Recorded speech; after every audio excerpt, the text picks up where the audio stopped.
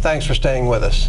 The city is considering starting a community garden, which will allow citizens to participate in growing some kind of plant, fruit, or vegetables in a centralized location. To talk to us about it today is Councilwoman Michelle Berger, and also the citizen who started the idea, Matthew Stover.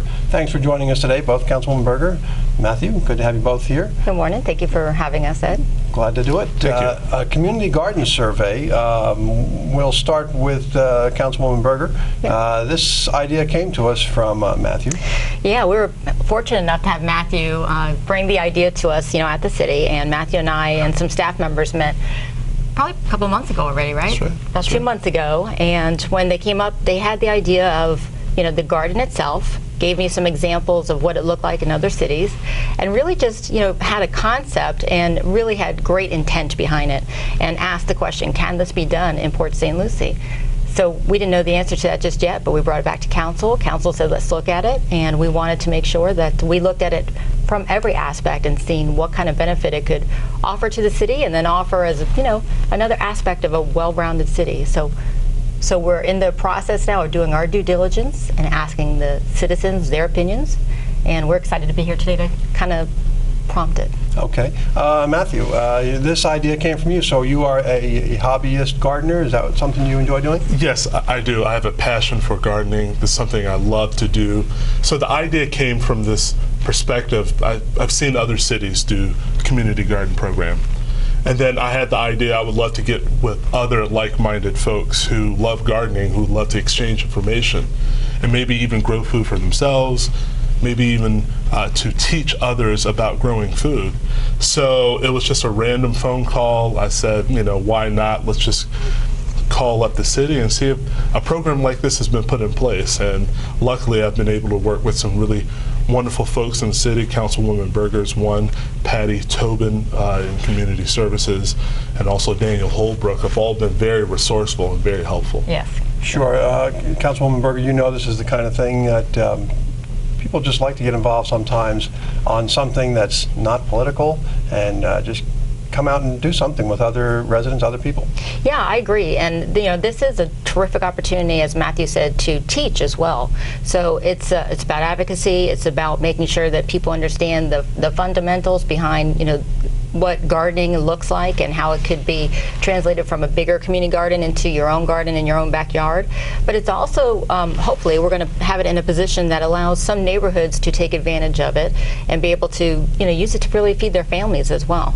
So part of what we're looking at is location and making sure that it's going to be in an appropriate location that doesn't interfere with neighborhoods, obviously, but allows people to be within walking distance to come and take advantage of maybe taking something home, or just taking the advantage of the learning part of how to make this happen, and then obviously giving an opportunity for kids to come in and kind of get excited about eating their vegetables. Oh, it's fascinating. As a kid, I remember that, and many people have had that experience of being fortunate to grow some vegetables or something in the backyard or somewhere, maybe at a grandparent's house, whatever it may be. And if you can have that experience, you really come to appreciate that the food at a different level there does something. And I guess that's kind of what the idea of gardening is about in a lot of ways. Yeah. Matthew? I have a garden at my house. I've been gardening, like I said, for the past 6 or 7 years.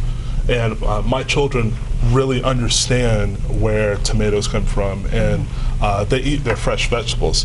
So I guess this community garden just interests to see if we have interest in the community. We feel that maybe there are folks in the community that are wanting to be able to exercise their green thumb and get together. So I guess that's the reason why we wanted to make sure the community knows about it. So I love that, exercise your green thumb. Yeah, let's get them going. Yeah. How does a community garden work then? Does anybody just go up and plant anything, or is there some rhyme or reason? How does it? There's a lot of rhyme or reason. Well, there are typically two different scenarios. There's one that's a communal garden where everybody comes together and grow, typically for a food bank or some other kind of nonprofit organization. That's one scenario. But the most popular scenario is there are individual plots that participants can more or less rent, quote unquote, rent, and for a very, very, very small fee. And then it's organized by, an organization that's of the community members there. And then they can decide as to what they would like to grow. And I guess it's whatever. Vegetables, herbs, flowers. And how about watering it? They come out on their own and water it at their own times, or does it all get watered together? Or probably those details haven't been worked out yet? Those are some of the details that we're looking at working out. I mean, there's one concept that I really like, which is the one Matthew was kind of referring to, where it's basically a block of land that we decide, is where we're going to dedicate the space to, but it may be lifted off the ground, and so more like container gardening, but in as far as sizing, maybe 3 by 4, 3 feet by 4 feet, or larger than that, squares. And it's kind of like if you've been to Epcot, how Epcot looks when everything is lifted off the ground, and then you've got certain pieces of property that are almost subleased to these families, and they can come in and grow carrots, or the next one could be growing whatever is was next for what their selection is, and also makes sense to be next to the previous one. But that concept is kind of neat because individually, families can come in and feel like they own a part of it, and we'll get the rest of the details kind of worked out. But again, it really is in the stages now of doing our due diligence and figuring out what would work and what would be acceptable from the public. But I love that one because it just enables more people to get involved. Sure, and the more people respond to the survey, the more people who are on there, the better idea we'll have. We can get a better picture of what people would like to see out there. Yeah, one of the places we're looking at is right outside of the Civic Center.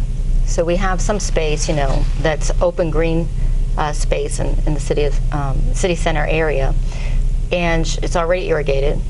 So we're considering that space specifically because there's not a whole lot of infrastructure that has to be put in.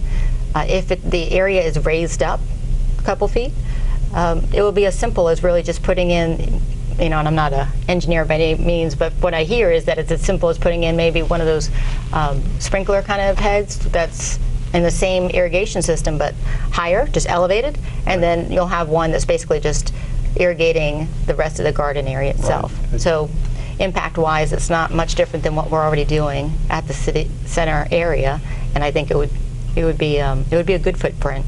Sure, it'd be a real nice thing because it's environmental, it's attractive, gives people something constructive to do. It's a learning opportunity. It can feed people. That's so many good things all kind of coming together. And I know as a council member, you're always looking for those kinds of things, connecting one need with another situation and kind of making it all work together. Yeah, it kind of speaks to our livability as a city. Taking opportunities where people say, this is what I'd like to see our city participating in, my city participating in, and really building on that. The Civic Center is a great place to be anytime, and we have some spaces that we could do some more with until it's built out. And this is something that would be considered, a temporary structure, easy to put up, easy to take down at the time when it's ready to take down, but certainly something that can benefit everybody while we're in the stages of, still letting City Center build out. Sure. And if it's popular, it wouldn't be hard to imagine this continuing then to the future, maybe in a different place or different neighborhoods, as you mentioned. Yeah, absolutely. Maybe the plan could grow some. It sounds like something that people will enjoy. And our botanical garden, that's run completely by volunteers because people enjoy getting out there and working in the environment. And so this is kind of along the same lines of thinking. The Friends of the Botanical Garden, right? Friends of Botanical Gardens. They do a great job out there. They sure do. They run the whole place, keep it going. It doesn't cost money for city employees. They are motivated because they love what it's all about. That's right. I guess gardeners like you. Exactly. And it gives them a chance to be involved in that at a really high level and make that place look great. Yep. So gardening is a passion for Matthew and people like Matthew, and why not take that and use the knowledge they have and enable us to make something special?